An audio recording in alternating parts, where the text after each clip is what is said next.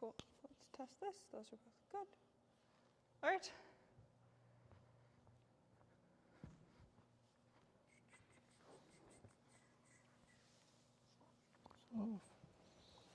We're good to go. Mics are good. All right, Sunday school, right? Back to Sunday school. Yeah. Man, that was good. Welcome. And cut. There we go.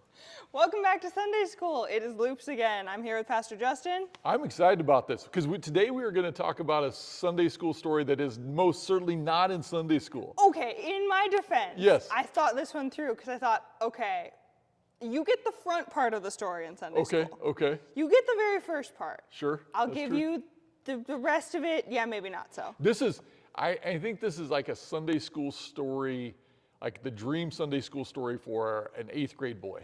Yeah, honestly. So today, we get to talk about Jael. And if you haven't heard that name, that is A-okay. So Yeah. what I was just saying to Pastor Justin, you've probably heard the first part of this story.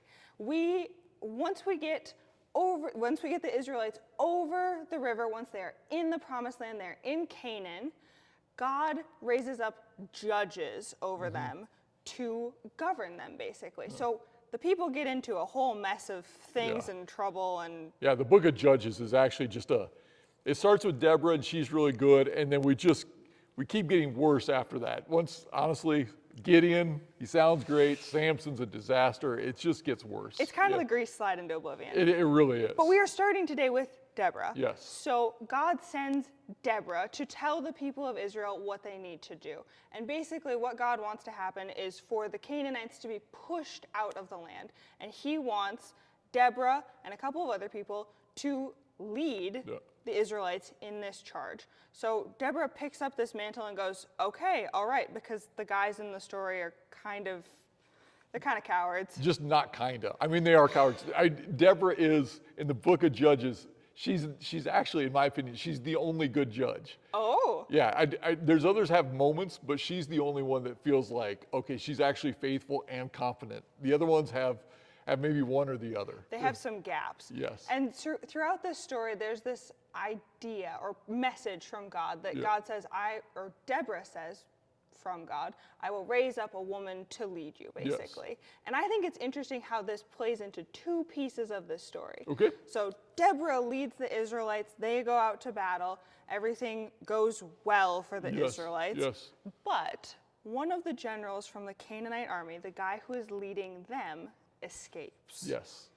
And he goes to hide. So he finds a tent. Not the most heroic of military commanders. I mean, runs away and hides, yes. Not exactly. Right. He's definitely trying to save his own neck. Yes. And to be fair, he has lost. Like, it's game over. Yes. So he's out. He's running away from his army, leaving them to they're on their own. Yes. And so this guy goes to find a tent, and he finds Jael at the tent opening. And so he kind of, probably didn't knock on her door, but pulls apart the tent flaps. Yeah. Sticks his head in and goes, hey, can I take a nap? Yeah. And Jael, There's all sorts of connotations in the story too that are a little shady, Yeah. right? General, demanding, okay, yes, all right. There's some other things happening. But Jael sees this man and recognizes that he is the general of the Canaanite army. Yes. And she gets very cunning very quickly. She goes, yes, kind sir, come on in. Why don't you just lay down here and have a nap? And she welcomes him into her tent. Yeah. And so things go on. She offers him a bowl of warm milk. She's really pulling out all of the stops to just get him to go to sleep. Yes. And it works. Yeah. Basically, it does everything but singing him a lullaby, right? Pretty much. Yes. Pretty much. So he ends up falling asleep, and Jael, she covers him up with a rug. It's a nice little blanket. Yeah. Even gives him a blanket. That's sweet. And then this is the part you definitely don't hear in Sunday school. Recognizing that this man is an enemy to her people and would harm them, she takes a tent peg and she drives it through his skull. Yes. Yes, she does. And now you know why we don't talk about this in Sunday school, but it's there. It is there, and it is why the 8th grade boys would like this story. Exactly. But I tell you, this story, to go back to a woman will deliver Israel. Yes. It is kind of a total reversion of everything that we would expect from Scripture, from God, from this story even, from the people who are working and moving Yeah. to save the Israelites from destruction, it's completely opposite of what you would expect. Yeah. She is a hero in the sense that she, in the midst of, it's always hard to talk about someone who does violence as heroic, but she is a person, by doing this, she saves countless Hebrew people's lives. She also probably maybe saves the life of her family. Who knows what would have Yeah. happened the next morning, but yes. Very possible. Yeah. And that's, I think, part of the trickiness of the story. Yeah. However, that unexpected element, because when you begin the story and you hear the words, God will raise up a woman to deliver Israel, Yeah. you think Deborah. it's Deborah. Yeah. And in some ways it is. Yeah. But you also have Jael Yeah. and the unexpectedness that comes with all of this. Yes. And I think that's really, really neat, just because it's a side Sure. tangent. But has there been a time or a person in your life where something unexpected happened and they were in the right place at the right time to be courageous? Because you gave me a hint of what was coming, and I actually thought of a story. It is actually a story, ironically enough, that I did not experience firsthand, Okay. but I've heard about it a couple of times. It's actually, the hero of the story is actually my wife.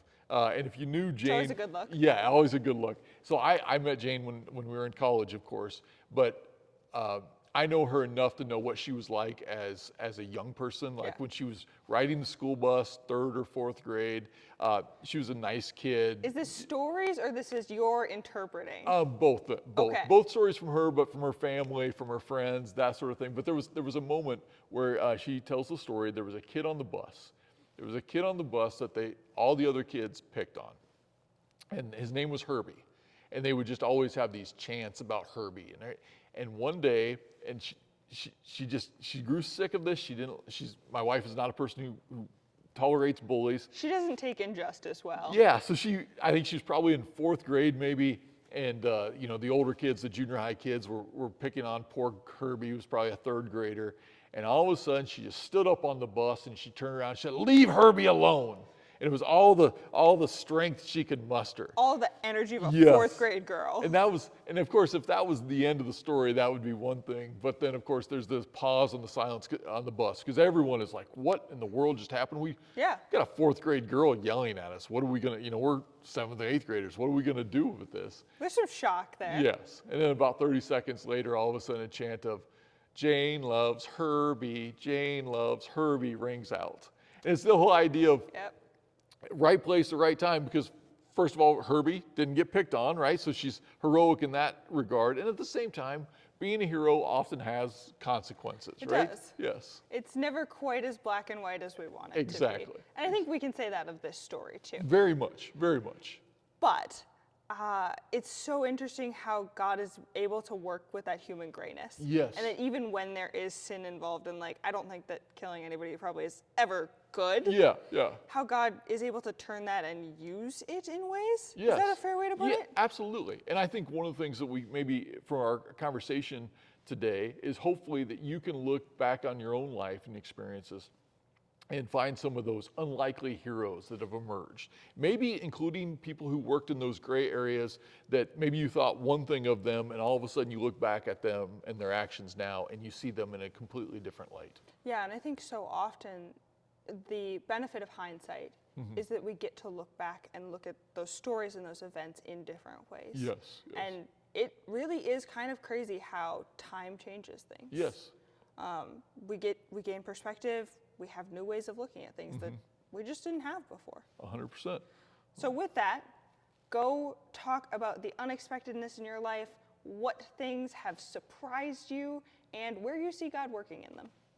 Have fun. Later. Good job. Cool. That worked well. Yeah.